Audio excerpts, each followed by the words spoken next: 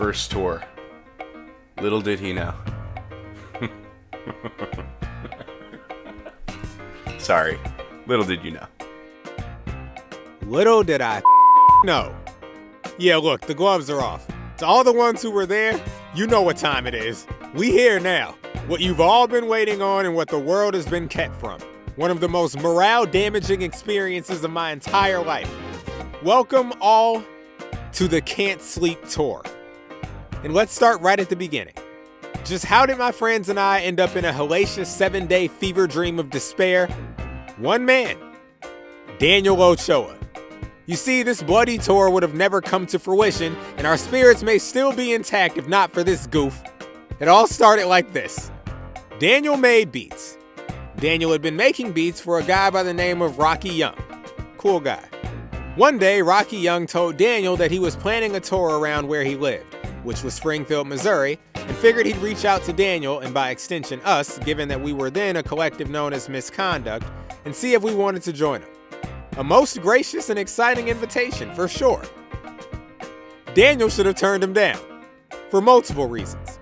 Reason number one, I lived in Illinois at the time and Cameron lived in Michigan, as you know, so a largely Midwestern tour made sense for us geographically. Daniel and the rest of Misconduct lived in Los Angeles.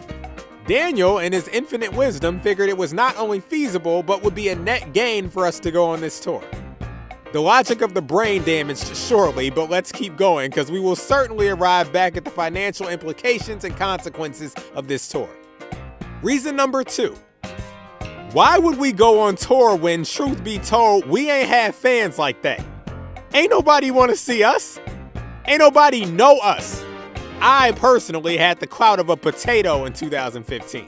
And we, Misconduct, collectively had the clout of a baked potato. No name recognition. No tickets sold. Now, reason number three. With all due respect to the cities and the fine people we encountered there, or didn't encounter there, a lot of these cities ain't popping, my guy. These ain't rap cities. Correct me if I'm wrong, but who listening to rap in Omaha?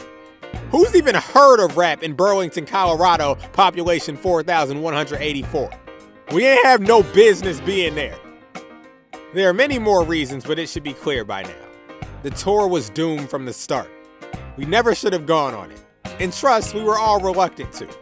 But because of things, I'll get to those next chapter, we decided to trust Daniel and his relationship with Rocky Young, and we signed the contract, so to speak. Day one. I woke up geeked. Stupid hype. Despite knowing there was an extremely high chance that we'd end up performing for crowds of full-grown crickets, despite having no kind of money to be gone away from my parents' house for 7 days, despite all of it, I was excited. I was going on tour. Tour! A small one, but a real one. My first one. I had a positive outlook on the whole thing. It would be my first time performing since my first time performing, and I couldn't wait to feel that magic again. I burned CDs to hand out for free after the shows. Yeah, CDs. I'm sure we could all agree that even in 2015, those were fairly outdated. There were songs I couldn't wait to perform, cool spots I planned during my set. I was imagining how my presence would be, cues, dances I'd hit. I barely slept, man. Which was dumb. Should have drank some warm milk or something, because I had a lot of driving to do. I had to pick up Cameron from St. Louis first. Then I had to drive to Springfield, Missouri to meet up with Rocky before the show. But luckily, I was running off of adrenaline, so I didn't really feel the fatigue. I drove the 3.5 hours there, rehearsing my set and being excited with Cameron. We got there safely. We met Rocky. We also met Nils, another cool guy. More on him later, because he might be the MVP of the tour. Lastly, we met GROOMS, another cool guy, and another guy that Rocky reached out to join him on the tour. Rocky Young, GROOMS, and Misconduct. That was the lineup. The stage was set. We went to the venue a few hours before sound check, just because there wasn't much else to do, and that's how you got this photo. My first time seeing a poster with my name on it. And if you're wondering how that made me feel, here's the video of me humming We Made It. Hey, tell us how you feel, man. Tell us how you feel. Your name is right there. He's humming We Made It.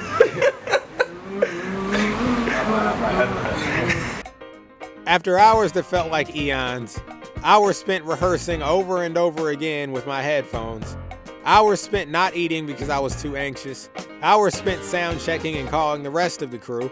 They wouldn't arrive until the show the next night. Trust me, we'll get there. It was time. Showtime. The first show of the tour. The OUTLAND Ballroom, Springfield, Missouri, July 28th, 2015.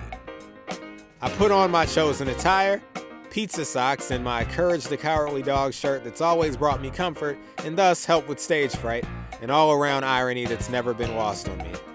And I hit the stage. How was it?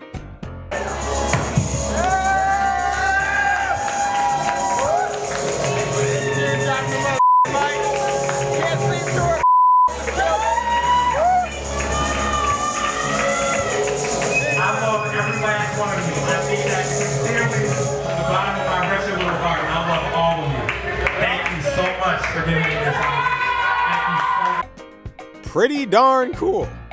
Successful, I'd even say.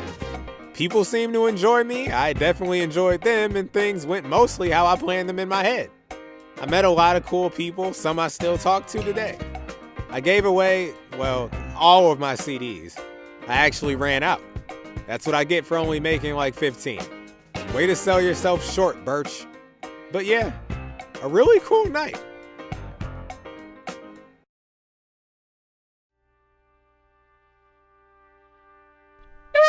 A night that tricked me into thinking this tour was finna be sweet. Melvin, and Burch, did you really think it was gonna be this easy? Have you looked at your life lately? You know you can't have nothing. You got fans now, are you feeling good? You finna have a great time on tour? Whoa, no. You're done, son. It's the beginning of the end. Chapter 2 on the way. The crew will arrive and you will all die inside. If you don't remember nothing, remember this one thing. You will never win. I'll see you Thursday, Burch. Prepare to